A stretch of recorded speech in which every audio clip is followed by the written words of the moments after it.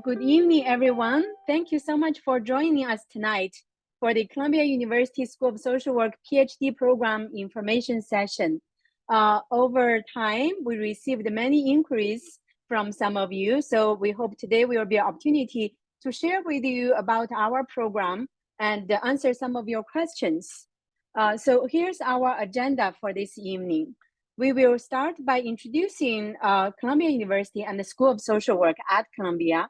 Then we will talk about the PhD program at the Columbia School of Social Work.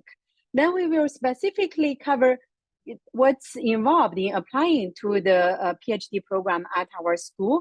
And then we will be sure to leave time for questions and answers. My name is Qing Gao. I'm the Associate Dean for Doctoral Education and also a professor at the Columbia University School of Social Work. I'm so proud to be at Columbia. Columbia University was founded in 1754 as King's College. It is the oldest higher education institution in New York State and the fifth oldest in the United States. We have a great video, which we won't show today, but you can find it on YouTube. It's just 1 minute. It's called Columbia University, a place of double magic. It's a place where we, faculty, students, other community members come together to advance research, education, service, and impact for the greater society. Columbia is home to 17 schools, all of which are listed on this slide. And one of those schools is the School of Social Work. So one thing we want to share with you is that if you come to the Columbia School of Social Work, you not only benefit and get exposure and education from the School of Social Work, but you also get to take courses and interact with other faculty and students in all these amazing schools. We are the Columbia School of Social Work. We are the oldest School of Social Work in the country, and we like to think we are the finest. This year, we are celebrating 125th year anniversary of the founding of the Columbia School of Social Work.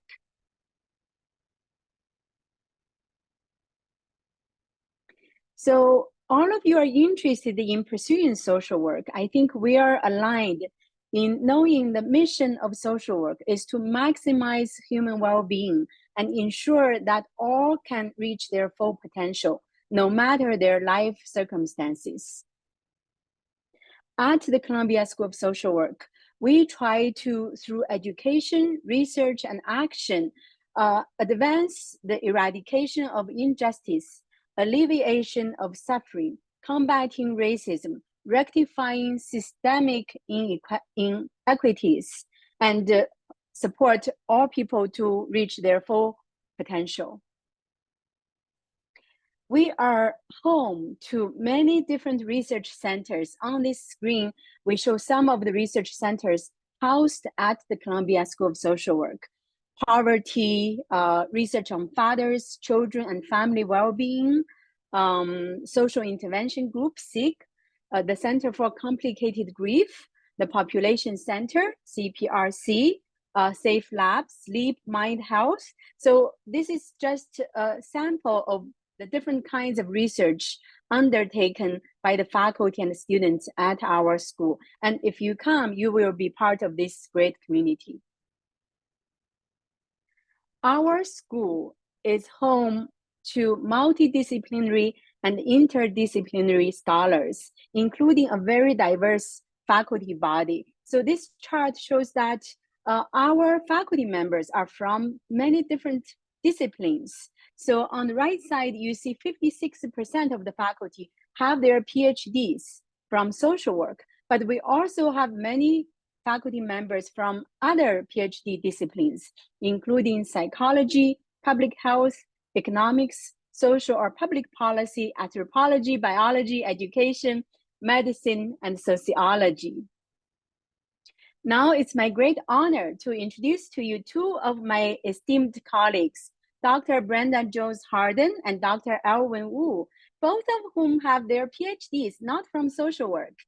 Dr. Harden has a PhD in developmental and clinical psychology from Yale, and Dr. Elwin Wu has his PhD from molecular and cellular biology from Harvard University. So I want to ask both of you to share with us, why did you decide to come to the Columbia School of Social Work and how it's been going for you?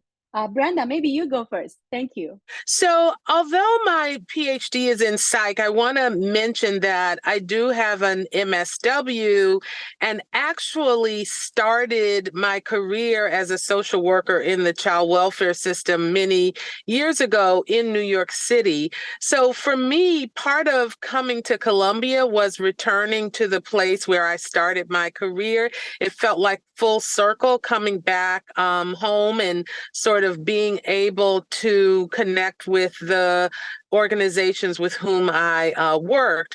But the other real reason was the opportunity to work with very, very amazing scholars like Jane Walfogel, who recruited me here, who were working on the issues that are of import to me, like how to think about young children, how to think about the role of family policy and how it affects kids, how to think about what we need to do for children who are maltreated, and really to do research that allows me to think about what are the best policy and practice implications of this research for young children experiencing adversity. So that was really why I wanted to come. Thank you, Brenda. Elwin, please. Hi, that's a tough act to follow. In fact, I think I might be following it in the reverse direction because I too have an MSW, but I got my MSW actually after my PhD. So the way it worked for me was I like to give an example of thinking about HIV. And one thinks about like viruses and who it affects and who's most affected by the HIV epidemic. And it turns out it's sexual gender minority folks, as well as racial ethnic minority folks here in the United States, people of color. But if you really think about what HIV, a human immunodeficiency virus, what's the characteristic of a virus is that it's not alive. It's just a molecule. It's about as alive as this pen. This pen is, right? There's no sensory system. There's no nervous system. There's no eyes. It can't feel or see anything. But yet, sexual gender minority folks are vastly disproportionately represented among HIV cases. In the United States, actually worldwide as well, Black individuals are vastly disproportionately represented by the HIV epidemic. But the HIV as a virus, as an inanimate molecule, isn't able to see race, isn't able to see sexual orientation. That would be equivalent to this pen being able to somehow detect the race of whoever's holding it, the sexual orientation or the sexuality of whoever's holding it. Makes no sense, right? So what really describes or what can really explain the discrepancies that we see? And the only thing that's really left are social forces, because if it's not biological, if it's not physical, it's not biochemical, all that's left are social and cultural processes. And I'm really interested in sort of reducing those disparities. And the way to do that, as it turns out, isn't through molecular and cellular biology, but it's through applied social sciences. So that's sort of one example of really what brought me from the benchtop research to the applied social sciences. Thank you so much, Elwin. Later, I will invite you both to talk more about how you work with doctoral students. Next, we want to share with you a bit about our doctoral program. So our program is designed to train scholars and future leaders in social work. This picture is our graduating cohort this past May. We proudly sent off 12 graduates who are doing great. They all landed great positions and are the next generation of leaders in our profession. This picture shows our career outcomes in recent years. As you can see, most of our graduates right after graduation would pursue a postdoctoral fellowship or position, 41%, because they want to have this transition and preparation period to launch onto their more long-term academic career. Then 24% right away take on a tenure track faculty position, become professors. We also have some others who pursue non-academic research or non-tenure track faculty positions, or academic research and non-for-profit positions. Our coursework is probably one of the most rigorous. So this is what our doctoral students take. They start with a doctoral pro seminar through which they learn about the academic career. They also take a history in social work course, decolonizing social work course, which is taught by Dr. Elwin Wu. They each will take 2 courses within each of their concentrations. We have 2 currently active concentrations. One is advanced practice, and the other is social policy and policy analysis. And then all the students will take 7 courses in research methods and statistics, and 3 courses in social or behavioral sciences in all other disciplines within Columbia University. And all the students will take a dissertation seminar, which prepares them to work on their dissertations. We have some additional degree requirements in addition to the courseworks. Each student will complete a 360-hour research practicum in which they are assigned to work with different faculty members as graduate research assistants. Here, they really gain hands-on experiences working on different research projects. They also each choose a field of practice, different topics, to conduct a tutorial with one faculty member. Through this tutorial, they gain deeper knowledge of theories, evidence, methodologies, and gaps in a certain selected field, which then they will take a comprehensive exam on and then prepare them to launch into their dissertation work. From there, they each prepare a dissertation proposal and then will work on their dissertations. Next, I will turn it over to my colleague, Jessica Troiano, who is the Director of Administration for the doctoral program, to talk about other aspects of the doctoral program. Thank you. Hi, everybody. Thanks for joining us tonight. Again, my name is Jessica, and I will be your sort of point of contact throughout the application process. So thank you for joining us tonight. So the funding support that we offer our doctoral students, we offer a 4-year funding package, covers tuition, which is for the first 2 years of coursework, and then for the continuing registration fees in years 3 and 4.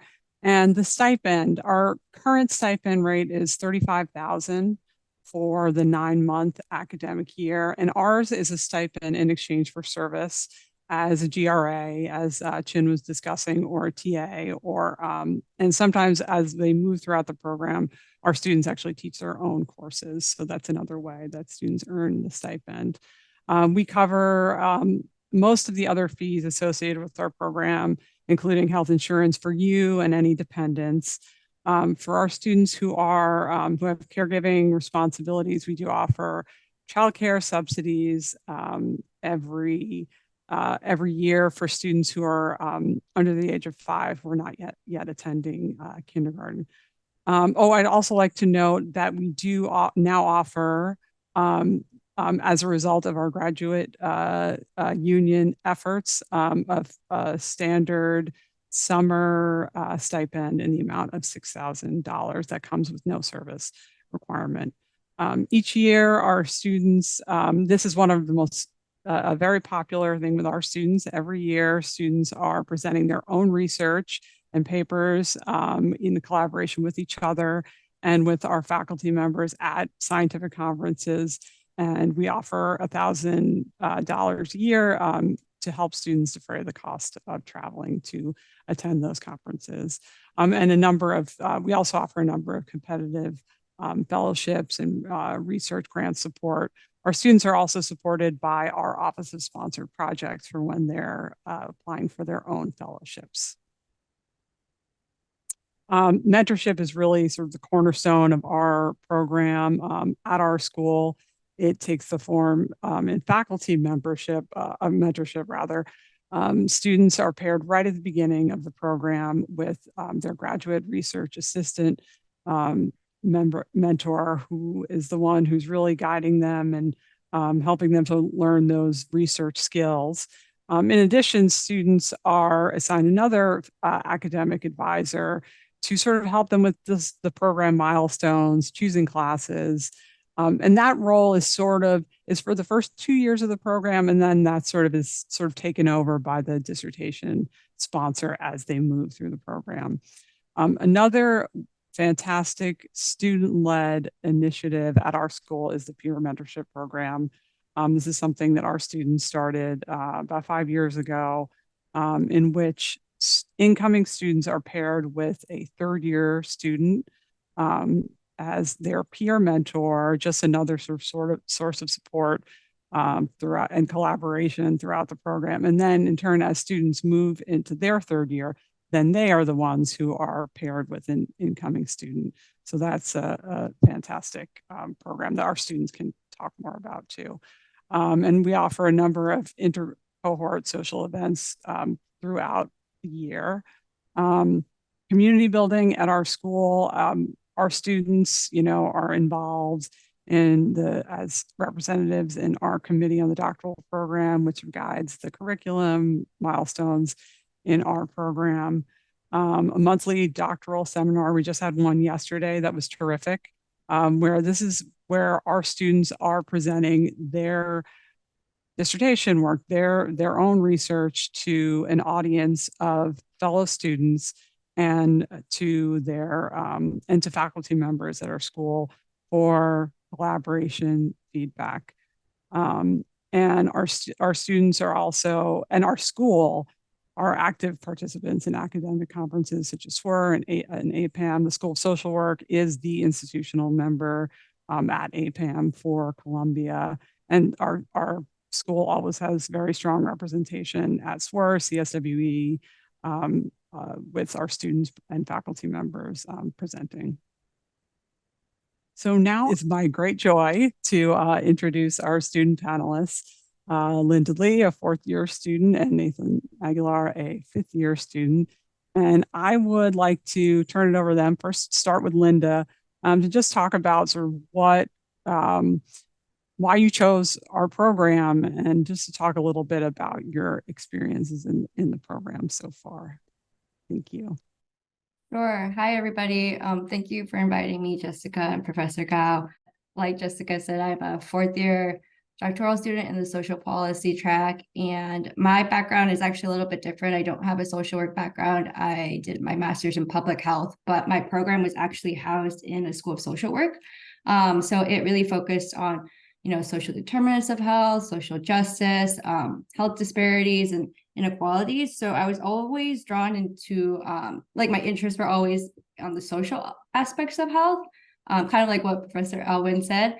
And when I was applying for PhD programs, I actually applied for 3 different types of programs, one in public policy, some in public health, and then a couple in social work. And I was really careful to make sure that the programs made sense for my interest. And this program just made a lot of sense. I really liked that it was so interdisciplinary.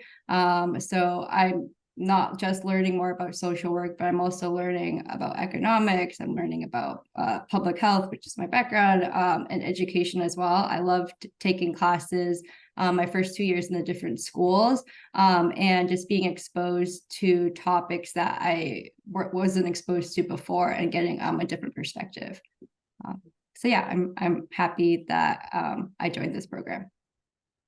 Good evening, everyone. I'm Nathan Aguilar, a fifth-year PhD candidate here at Columbia, and prior to doctoral studies, I was a social worker / outreach worker in Chicago. So I did violence intervention work, and so yeah, that led me to pursue a PhD, and so I study kind of gun violence intervention and prevention, and I study its impact on the family system, where I do qualitative work with survivors and their family.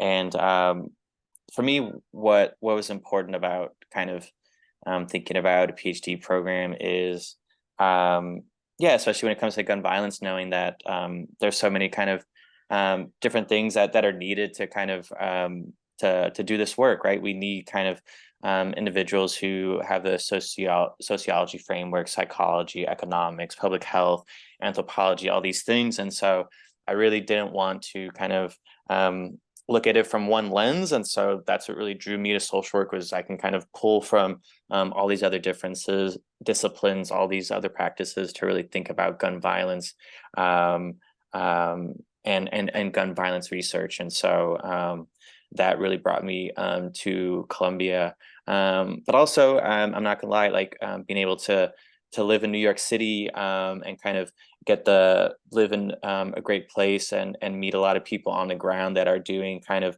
work that I'm passionate about was also kind of an important piece to selecting Columbia. And then I think just also I'm always just really pleased with how friendly all the faculty and staff are. Like quick responses with emails, people that are so interested in your own research and that know just so much about everything. And so I'm always pleased when I'm talking about kind of my passions is to hear faculty and other students talk about how it interacts with them and finding kind of commonalities in our own kind of experience and our own research. So I think without a doubt, just being in New York City, having kind of New York City networks, but also being able to have autonomy and develop great relationships and networking with faculty and colleagues of faculties is what I really enjoy about being here at Columbia. Thanks so much, Nathan and Linda. I'm sure our prospective students will have a lot more questions for you as we continue through the Q&A. Just briefly, I'm going to talk about the entrance requirements for our program. We require a master's degree upon enrollment and as you may know, you will choose either between the practice or the policy method area or concentration. 2 years of post-MSW experience is recommended, but not required.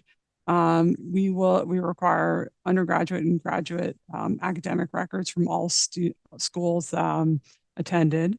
And your application should in some way demonstrate an interest in undertaking independent research. And if that's not something that you're able to show, with your work history, it's something that you'll discuss in the personal statement and in the writing sample. For our international applicants whose native language is not English, we require the TOEFL exam, a minimum score on the internet-based exam of 100, and students who have taken a master's degree that was conducted in English are exempt from that requirement. We don't require or consider the GRE exam. This is just a list of what our application requires. The personal statement is very, standard prompts, describe your reasons for pursuing a doctoral education. But it should, as this outlines here, demonstrate your capacity and potential as a scholar and change maker.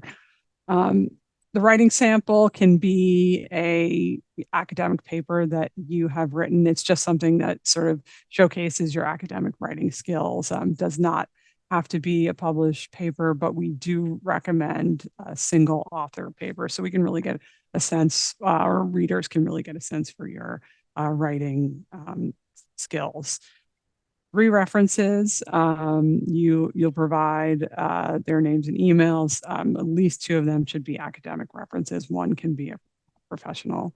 We do offer an application fee waivers. You can get in touch with me via email if you want to inquire about that. And there's just some details for where to send the TOEFL exam scores if possible. Our website and our application link is here.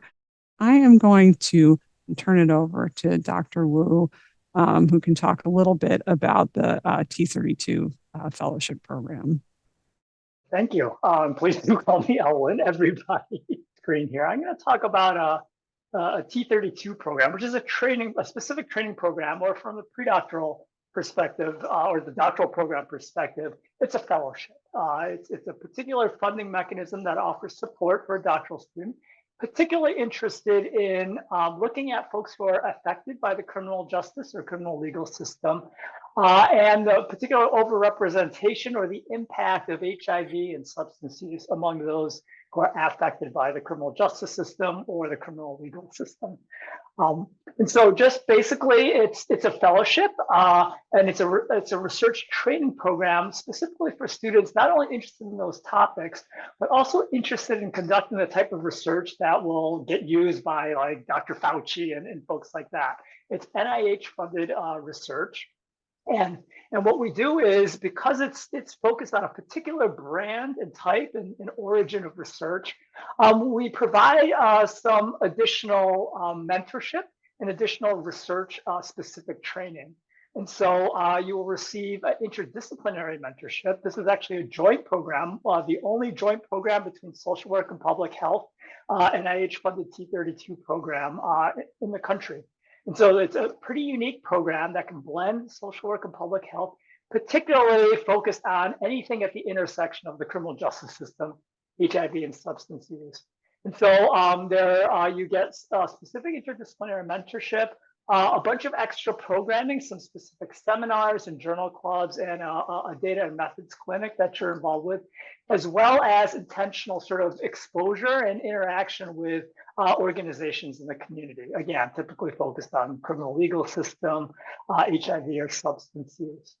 But I'm going to stop there actually, because I don't want to bore folks with details. Just to put it out there that we have a website. If you're interested in additional information about our program, I'm also available. You can also contact me or anyone based on the website information, or via Jessica and Jin Gao as well. And finally, I'll just put out there that this is actually another example of why we need to move from sort of a biomedical approach to social problems and think about really the social and structural factors that affect some of the social and health issues that we as social workers really want to focus on.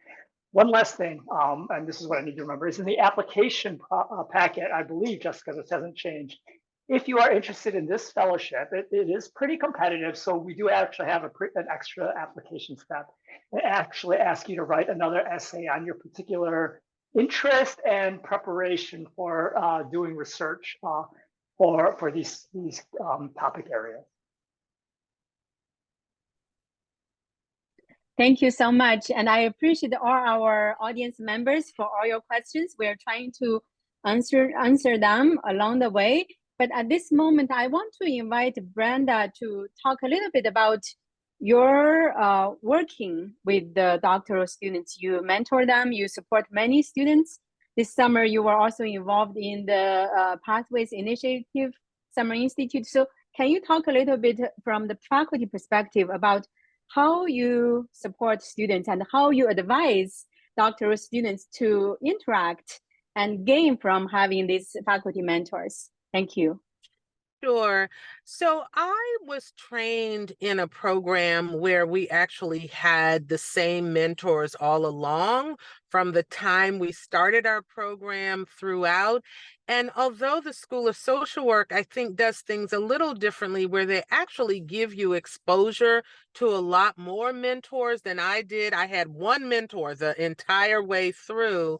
I think the School of Social Work allows you to really engage with the scholarship and the mentoring styles of a lot of different people, which I think is important.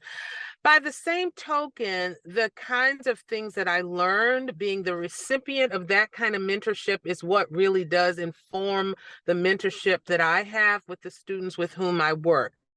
So I don't have a ton of students yet, but I have several with whom I have taken on this mentorship role, partly because I have an investment in really working particularly with African American students who are coming into the doctoral program and really trying to help them to understand the culture of PhD work, but also other students who have a particular interest in my area. So the first question that I ask is, where do you want to end up? Like, what if you could imagine your dream job? Would it be in academia? Would it be an applied research firm? Would it be in a foundation? And what I like to do with students is to work backwards, to think about the kinds of experiences that you need to expose yourself to, which conferences you should go to, which people you should engage, who you should read, how you should think about your work conceptually. How does it situate itself in a field that's, you know, focused on health or focused on another discipline?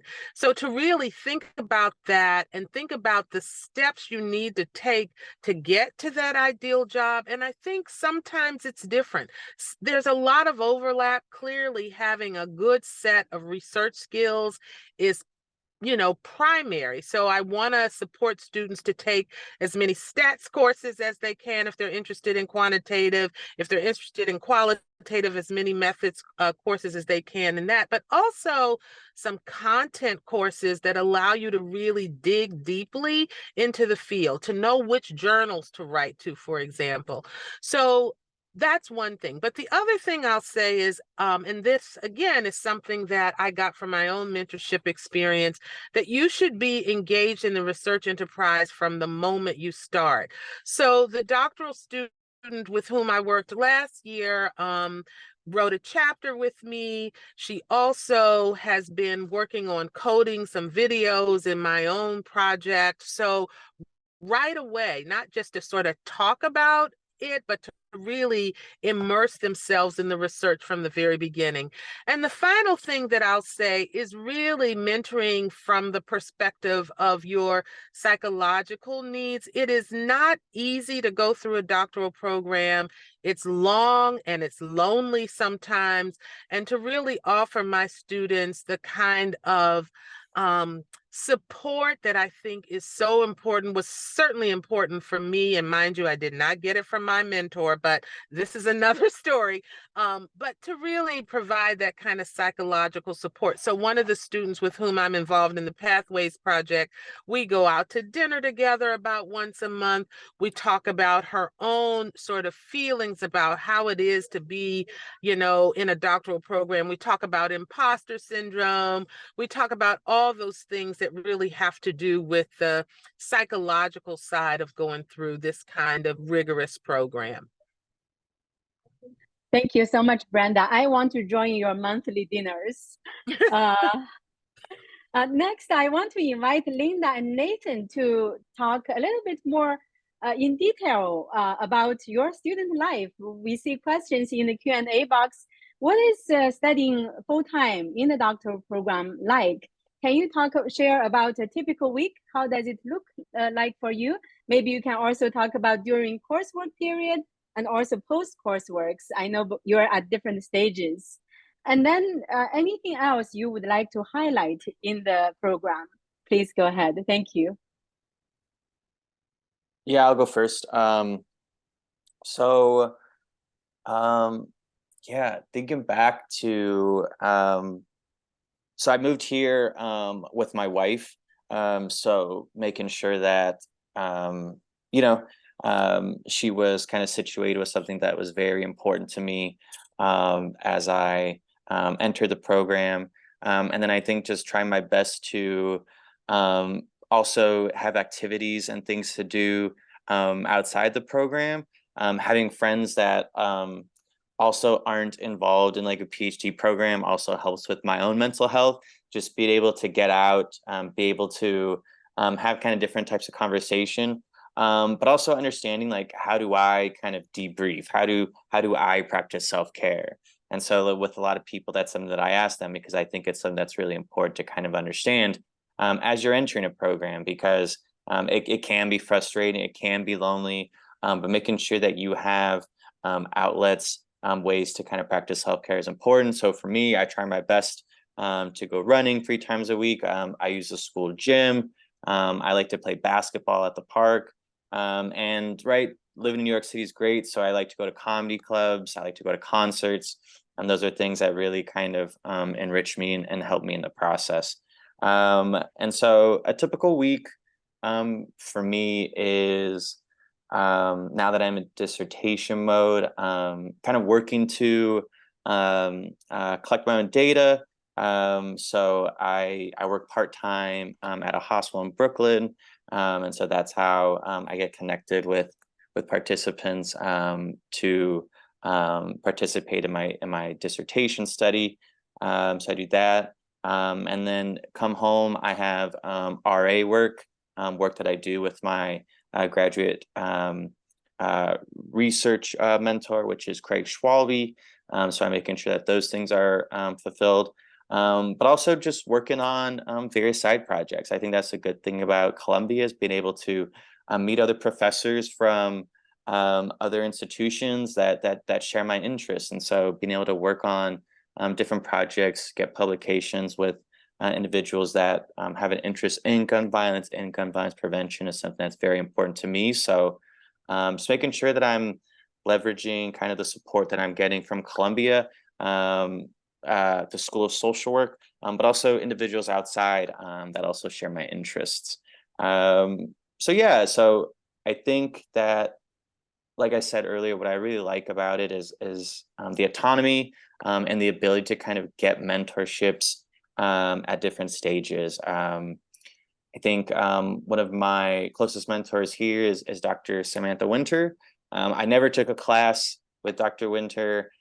She came and spoke in our initial doctoral student seminar. I was interested in her work, and she and I have been working closely ever since. So I think, like a lot of the faculty here are talking about, there's a lot of opportunity to kind of make this program what you want, and I think that's something that Columbia really offers. And I think it allows you to kind of go on your own path and get the expertise of others to kind of craft that direction that you want to go. And it's really important to kind of have people asking you important questions, which Dr. Jones Harden discussed. So that's all I have. I'll pass it to Linda. Thanks, Nathan.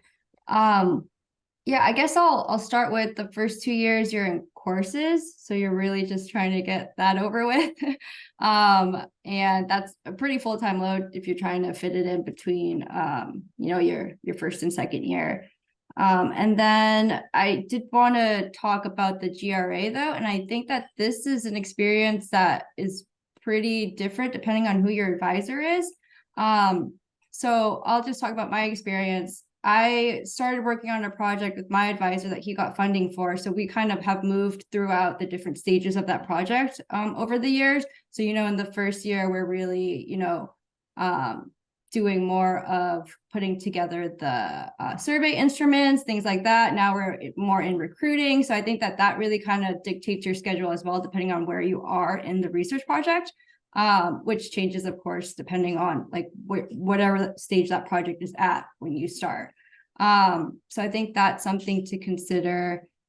And then also once you finish courses, just moving into figuring out, what you're really interested in and what you want to write your dissertation on. I echo what Nathan said, that this program has a lot of freedom in terms of trying to figure out what your interests are and developing that, whether it's through speaking to other faculty members, or it's from, like I had mentioned, that you can take courses in a lot of the different departments here at Columbia.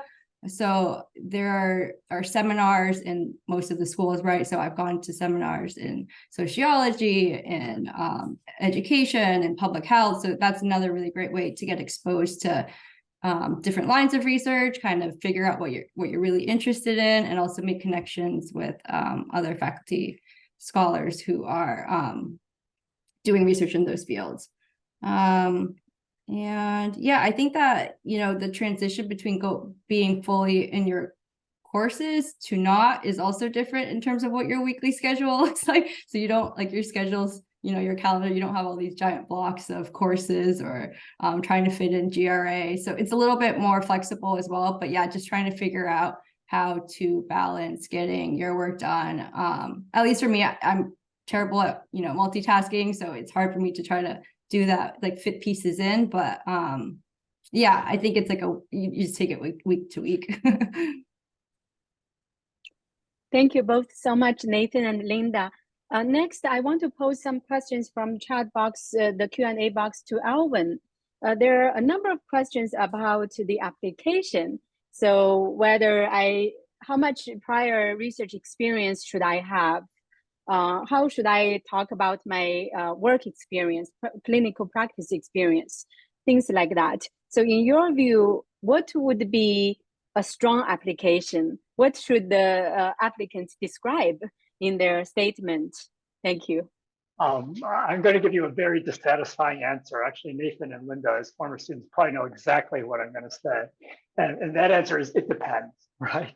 And so I will say, as was mentioned earlier, a doctoral program is about scholarship. It's about knowledge generation. And so typically that's via research. But I do work with students who are sort of cut of the sort of Audre Lorde cloth of like the master's tools will never dismantle the master's house, and take a very different approach to knowledge generation.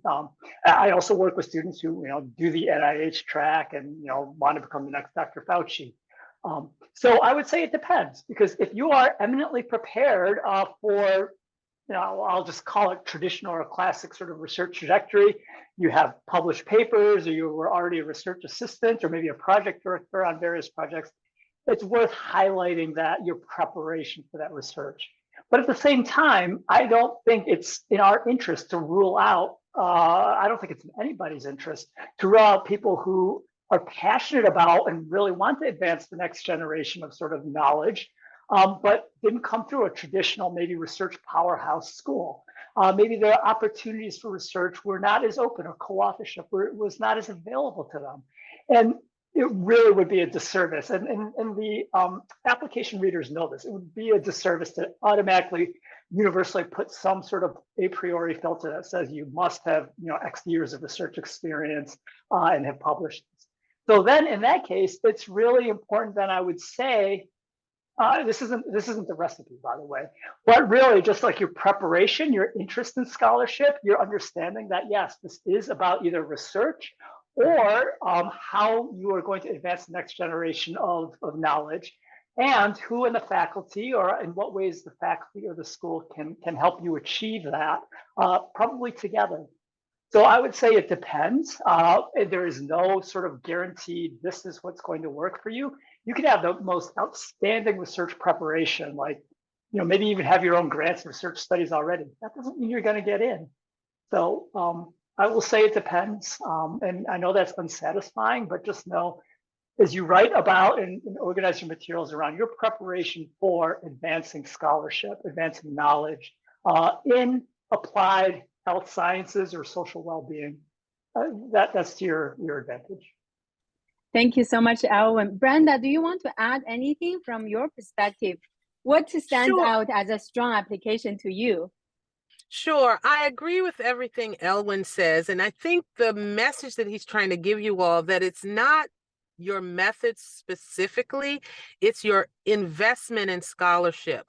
So for example, if you spend most of your statement talking about yourself and your mission in life, that's not going to be a good statement, because that's not going to be about how you're taking scholarship to the next level.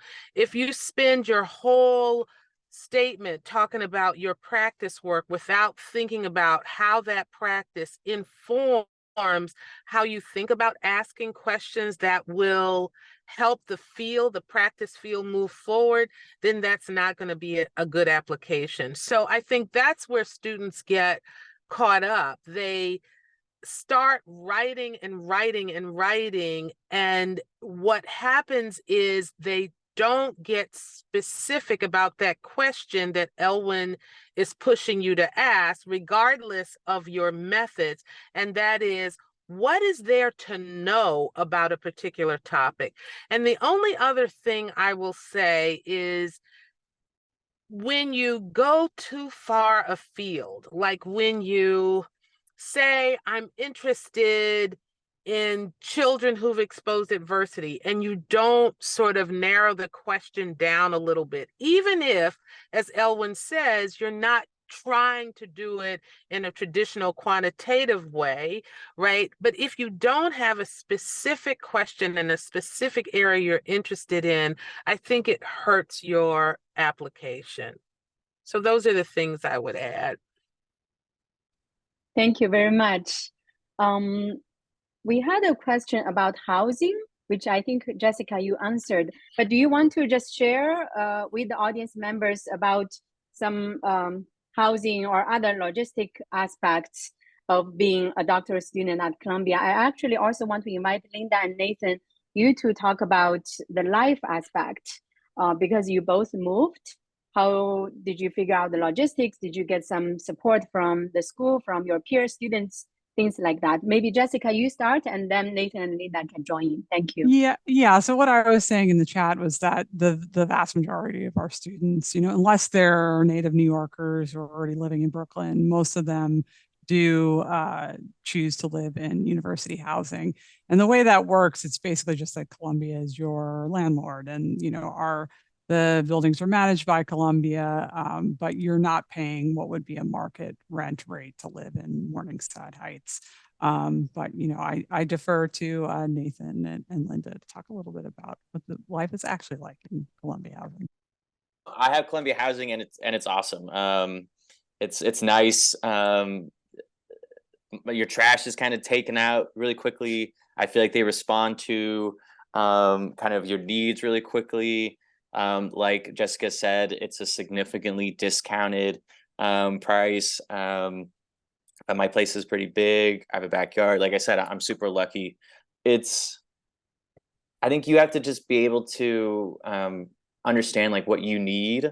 And I think you have to be willing to kind of like be your own advocate, be your own advocate when it comes to your professional needs, but be your own advocate when it comes to your personal needs. And I know that Jessica and a lot of faculty and staff at Columbia, of course, they really care about what we're doing professionally, but they also care about how we're doing personally. And I think they do a great job of kind of providing that space for us to speak as like, cohorts or student groups, but also as individuals. So I think for any program, you make of it what it is.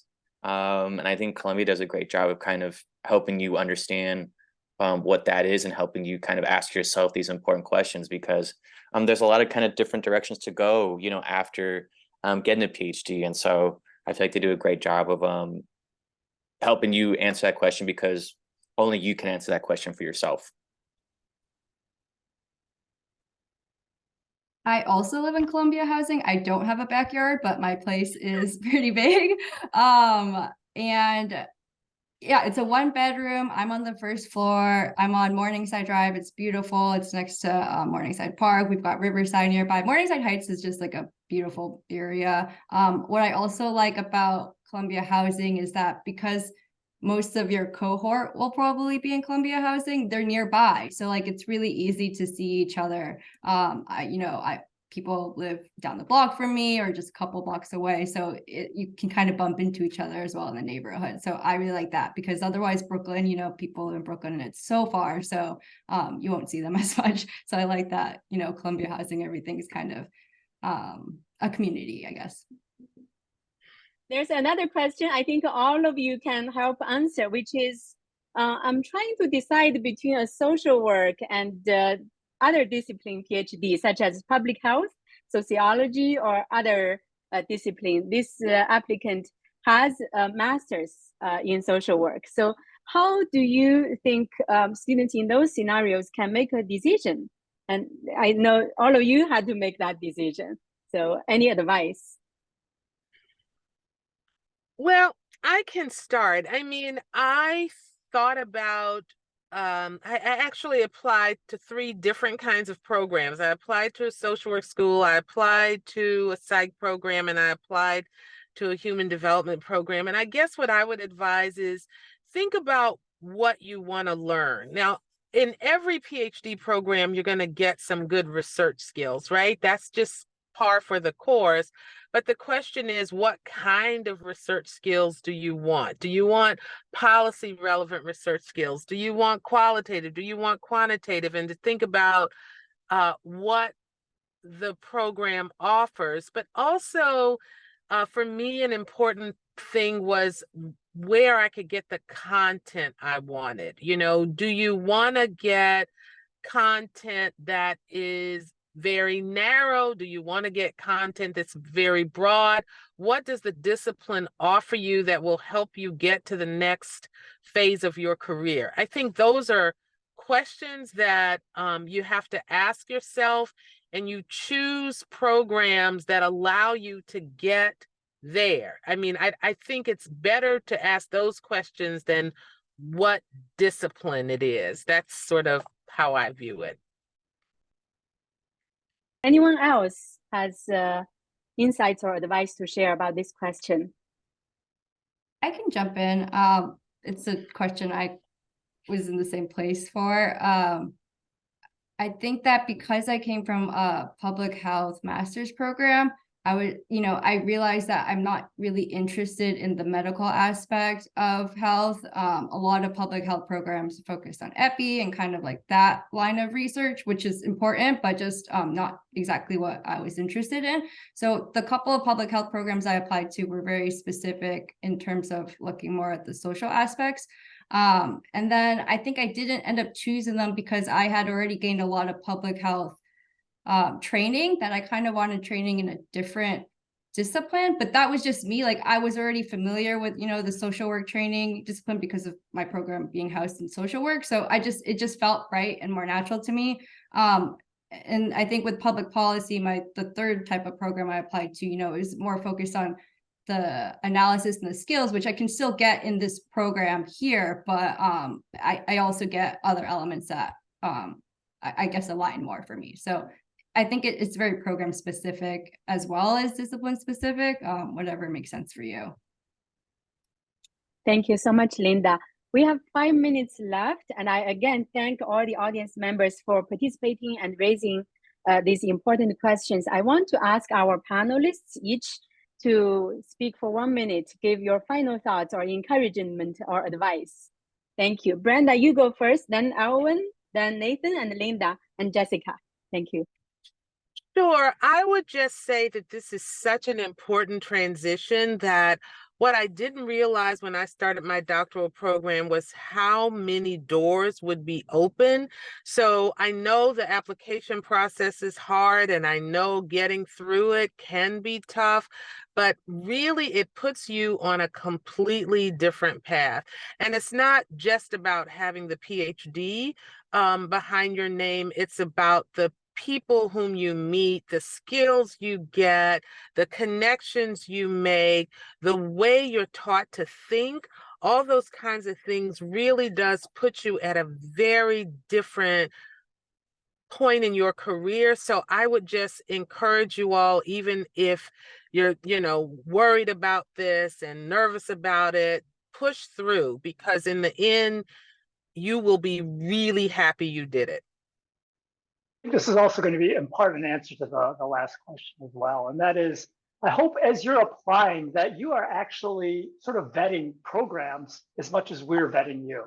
And that is, for example, it might not be this. I bet there's some more similarities between our program and public health programs and applied social science programs than there are between some of our sister and fellow and brother social work programs, and vice versa.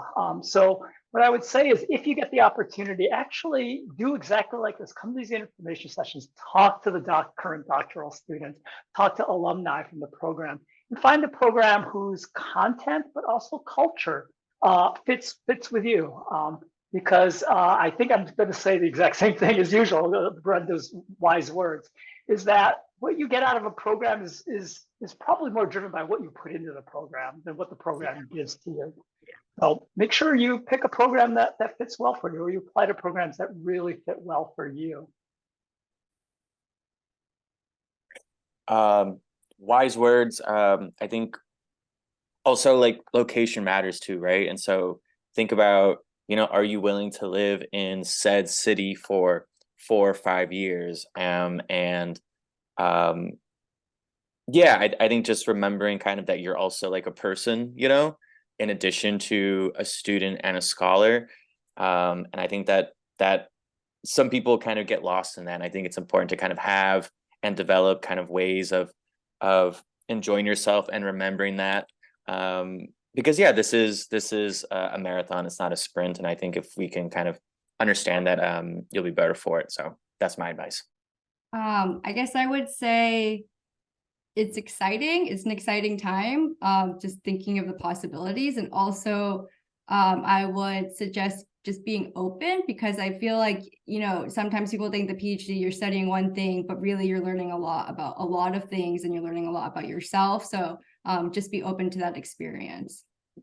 I can't think of anything better to say than what Brenda, Elwin, Nathan, and Linda have already said. I would reiterate what Elwin is talking about, sort of the give and take, the sort of question of is Columbia the right fit? You know, it's definitely a two-way street, and just sort of thinking ahead to the next phase of sort of this process. You know, once our acceptance letters are sent out, there is an opportunity for you to come to the school and visit and sort of continue that conversation. And so that's sort of, you know, where you decide to choose us. So it's really, then there will be ample time for that after the acceptance letters go out. So I wish you all the best of luck, and thank you for your interest in our program. And I want to thank our wonderful panelists for coming today. Thank you so much, everyone. I feel I want to apply. I want to redo this journey again. No, so you do. Thank you so much. To study with you, Brenda, I would. Yes.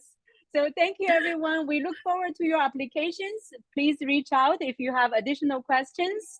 And thank you so much to my colleagues, my panelists. Thank you so much. Good night, everyone. Thank you. Bye. Good night. Bye.